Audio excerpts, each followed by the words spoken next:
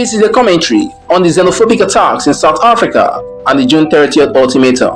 Xenophobia in South Africa, a continent at war with itself. Africa's greatest tragedy may no longer be the borders drawn by colonial masters. It may be the borders we are not drawing in our hearts. The disturbing scenes coming out of South Africa once again compel us to ask difficult questions about who we are as Africans and what has become of the dream of African unity. On June 30th, 2026, anti-immigrant protests erupted across parts of South Africa, leaving thousands of foreign nationals stranded, frightened and uncertain about their future. Businesses owned by migrants shut their doors, families sought refuge in churches and community centers.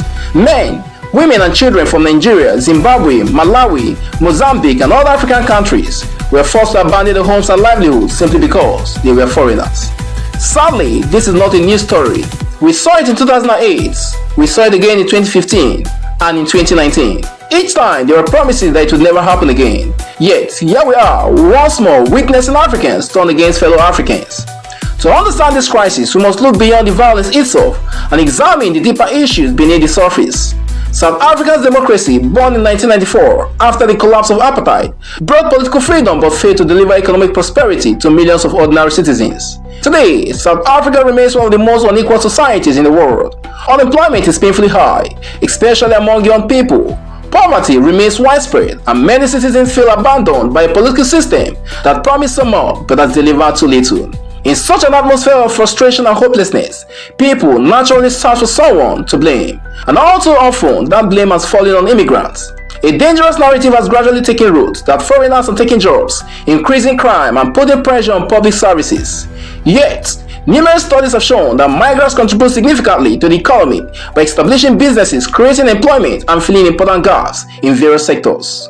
But facts often struggle to compete with fear. When people are angry, hungry and unemployed, it becomes easy to believe that someone else is responsible for the suffering. And immigrants, because they are visible and vulnerable, become convenient scapegoats. The painful irony in all of this is impossible to ignore. During the dark days of apartheid, Africa stood firmly behind South Africa. Countries across the continent made sacrifices for the liberation struggle. Nigeria in particular spent enormous resources supporting the anti-apartheid movement.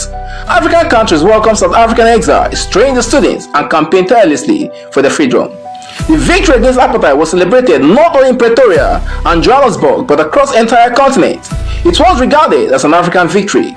How then did we arrive at this painful moment, where Africans who once fought for South Africa's freedom now fear for their lives in South Africa? This crisis goes far beyond immigration. It strikes at the very heart of Pan-Africanism. It challenges the idea that Africa is one family. It forces us to ask whether the slogan Africa for Africans is merely a beautiful dream or a practical reality. For South Africa itself, the consequences could be severe. Every xenophobic attack chips away at the country's international reputation. Investors become nervous when they see scenes of violence and instability. Foreign-owned businesses that contribute to local economies are destroyed or abandoned. Tourism suffers, confidence in the country's institution weakens. Ironically, the very action meant to protect economic opportunities for South Africans may end up worsening the economic conditions that fulfill the anger in the first place. The implications for the rest of Africa are equally troubling. At the time when the continent is working towards greater economic integration, through initiatives like the African Continental Free Trade Area, hostility towards fellow Africans send a deeply contradictory message. How can Africa speak of a common market when Africans do not feel safe in another African country? How can we preach continental unity while tolerating the persecution of our brothers and sisters simply because they carry a different passport? The danger is that this tension could strain diplomatic relations and provoke retaliatory sentiments in other countries. Decades of regional cooperation and solidarity could be undermined by distrust and resentment. Globally, the crisis damages not only South Africa's image but also Africa's collective image. It reinforces old stereotypes about instability and division on the continent. It raises questions about our ability to manage migration, protect human rights, and resolve social tension peacefully. But perhaps the most important lesson for this crisis is this: the real issue is not immigration. The real issue is governance. Foreigners did not create South Africa's unemployment crisis. They did not create corruption. They did not create inequality or poor service delivery. Immigrants are merely the visible targets of deeper frustration that have been building for years. And unless these underlying issues are addressed, expelling foreigners will not solve South Africa's problem. It will only create new ones. The events unfolding in South Africa should serve as a warning to the entire African continent.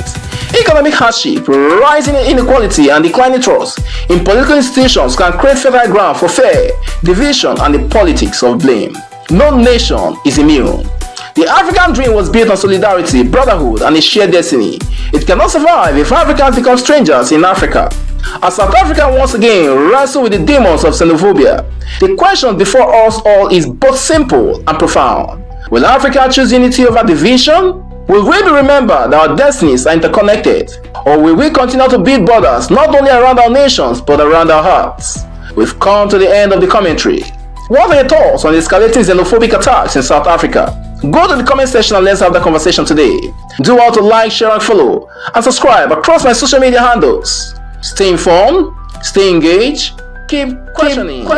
Meet you in my next episode. Until then, I remain your host, Kingsley.